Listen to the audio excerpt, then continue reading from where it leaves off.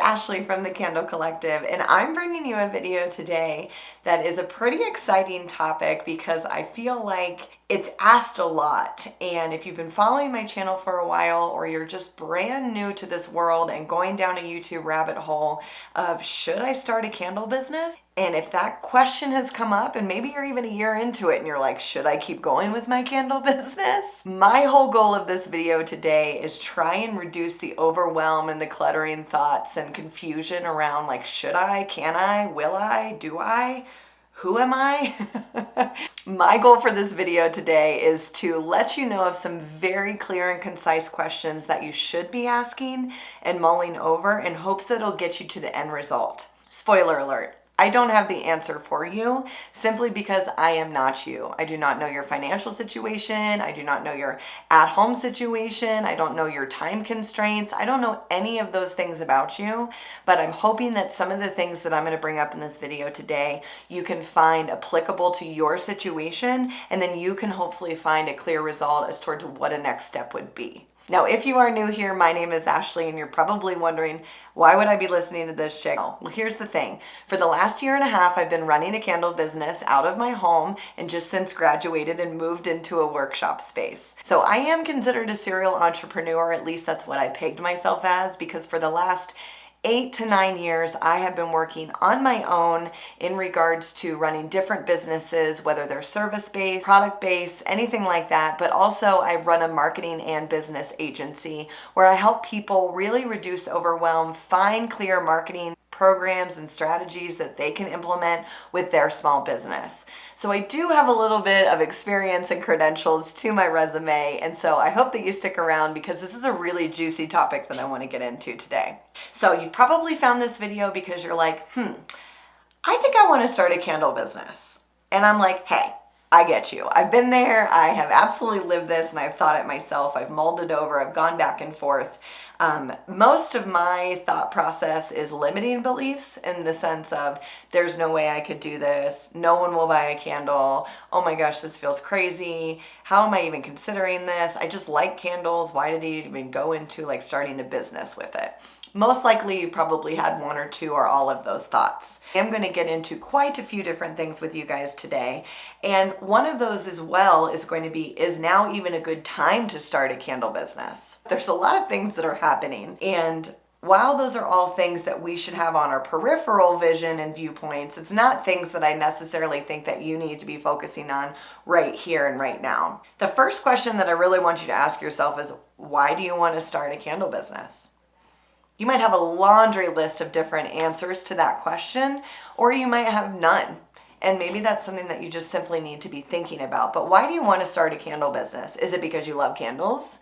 Is it because you buy a lot of candles and you think it might be fun? Is it because A, B, C, or D? Like, just start writing that down. If you're like me, I'm a pen to paper kind of gal. And so a lot of times I might not even come back to the list, but I make the list nonetheless to answer the questions and really just visually see why I want to do what I might want to do. For me, I had genuine enjoyment on the whole process of candles. When I started to research on YouTube, like what it takes to actually make a candle, it more so intrigued me than it did deter me, obviously. I will say though, if you are like, oh, maybe I'll make a candle business because one, I can do it out of my home, which yes, you absolutely can operate a very fully successful candle business out of your home. Probably not forever, i.e. I lasted about 18 months and then it was time to get the eviction notice to move to a bigger space that was more suited for production. Now, if you're looking for that quick means to an end, I will tell you, you have to have a lot of patience in candle making. Not only is there initial investment, which I'm going to talk about in a minute, but you have to have a lot of patience with it.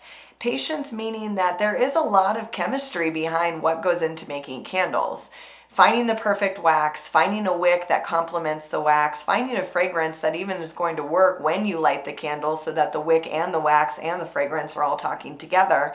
It is a streamlined process eventually, but even within every single new vessel or scent that you offer, there's quite a bit of robust testing that goes into making candles. But you skip a few corners, Yes, but that's not going to bring you repeat customers. People are going to be done with your fluff pretty quickly if you're making mediocre candles out there. You absolutely can do it. You can slap a low price point on them and you can make it work, but I don't think for longevity purposes that that's going to bode you well. So really making sure that you have time management skills that are going to allow you to find the patience to really perfect your craft is really what's going to make you a long-standing participant in the market. That's really all there is to it. I see a lot of people in different candle groups and things like that where they're like, oh, I did it for less than $500 and I launched my business and I'm selling candles like crazy.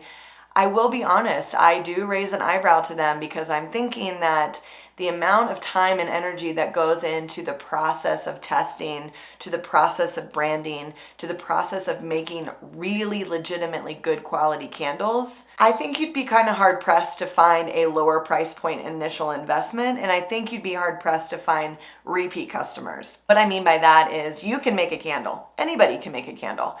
Anybody can go to market with a candle, but once somebody who is a candle connoisseur is in their home burning that candle, and if it's not very good, or maybe it doesn't smell very strong, or maybe the flame is like literally way too big or scary, or something happens, I just feel like you are going to have a really hard time reinventing the wheel and getting new customers all the time, because those repeat customers are going to go to the candle maker down the street. That's another point that I have, because a lot of people are like, oh, should I start a candle business because there's already so many candles? You're right. It is a very highly saturated market. And if you break it down, the reason that it's so highly saturated is because you can literally make these in your home. So what's easier than that? It's like going and getting a Cricut machine and starting to slap labels on products that are already out there in the world and people resell them. It's easier to do those things. And so that, therefore, a lot of people are going to do it. Now, the key in this is how many people are going to do it for the long haul.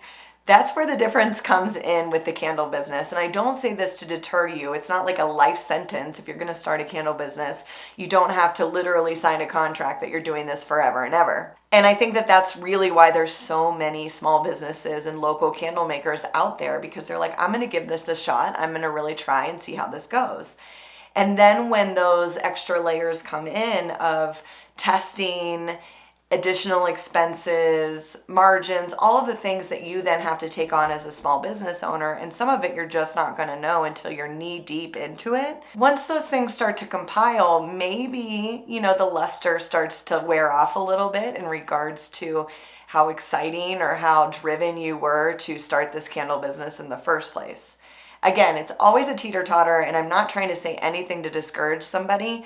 I want to get back to the topic of should you start a candle business, but I just want to let you guys know that there are always going to be competitors out there. There's always going to be somebody down the block that is going to start this dream just as you are mulling it over right now. But something to think about is like how many are actually going to be in this for an end game or end result or for the long term.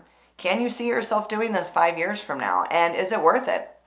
Maybe your answer is no. Maybe I just want to do it for a year, see how it goes, see if I can try something new. And my answer to that is hell yeah, you should go and do that, because there's really no limits to this world. And the only limits that you're going to put on yourselves are the ones that you're going to follow, if that makes sense. I will tell you, if you are in this to make a quick buck, you should probably look another direction, because the amount of supplies and initial investment that you're going to need to withhold that quick buck, maybe you should go into a service-based industry rather than a product-based industry. I will also tell you guys that if you're thinking about like what should my initial investment look like is there kind of like a sliding scale? I know I'd thrown out earlier like $500. You absolutely could start something like that, but I don't think that you're going to have enough supply and inventory with a $500 investment to really see the longevity and give that product legs to see how it's going to do in the market. And out of that 500, that probably 100% should be into just testing, because testing is really expensive. There's always going to be different tweaks that you need to do. Most of my candle scents that I go to market with, I've tested at least 4 or 5 times. That means 4 or 5 different candles. That means wait times, cure times, all the things that go into it and all the supplies that I need to finesse what that candle looks like. I think for initial investment, it's probably safe to say anywhere from $1,000 to $5,000 would be something that I would budget for in the beginning. And really that's going to depend on, are you wanting different sizes of vessels? Are you wanting a bunch of different fragrances? Like, all of these things don't just apply out of thin air. And so you're going to have to order them. You're going to have to wait for them to be shipped. Shipping expenses are a lot right now. Then you're going to have the time and energy and labor costs that go into making that initial line of testing. And then from there, you're going to need to start branding. You need to kind of come up with the logo, the business license, all of the things, buy the website, buy the domain, get everything to market. It gets expensive. And so it's not to say that you can't do it for less. And I don't want you coming at me if you have. I'm just telling you guys that from my perspective and my experience in this industry and many other industries, that's probably what I would budget for. My initial investment, I believe, was somewhere around $8,000 to $10,000. And when I say initial investment, that means all of the testing that I did and all of the investment that I needed to do for me to launch my actual business. That means products in hand, made, ready to go. It does get expensive. Again, I did it all in my home, so that really helped with the expense part there, so I didn't have a rent overhead charge. But you really got to balance that. Another thing that I think you need to consider is, if you have a full-time job and you're adding this to your to-do list, it's going to quickly become a part-time job if you are dedicating the amount of time that it deserves. Again, this is where I don't know your life, I don't know your finances, and I'm not going to be able to give you a solid answer because, damn it, I really wish that we could go to YouTube and somebody would give me a solid answer on what applies to my life. That might be a 30 for 30 call, which is something that I offer for you guys. I'll talk about it at the end of this video. But I really just wanted to make this video to give you all kinds of things that you really should be considering. There's always going to be somebody who is doing it. There is always going to be somebody who is next to you that you feel like you're competing with, but there's not always going to be a you. So why don't I leave you guys with that? My name is Ashley. Like I said, I'm a serial entrepreneur. I do offer 30 for 30s. They're $30 for 30 minutes. We meet over Zoom, and my whole objective in this is to help you reduce some overwhelm, remove any roadblocks that you might have in any process, in any stage, in any industry that you might be in. It's really tailored to small business owners or future small business owners, and my goal is to help you just be a sounding board for any business and marketing questions that you might have, and really formulating your plan and your next steps. That's pre-launch, launch, post-launch, anywhere in between. I'm just here to help you guys. If you want more information on that, I have it below. If you like this video, I would absolutely love it if you would subscribe and come along on this journey with me that I'm taking you guys on. Thank you so much for watching, and I hope you have a great rest of your day. Bye-bye.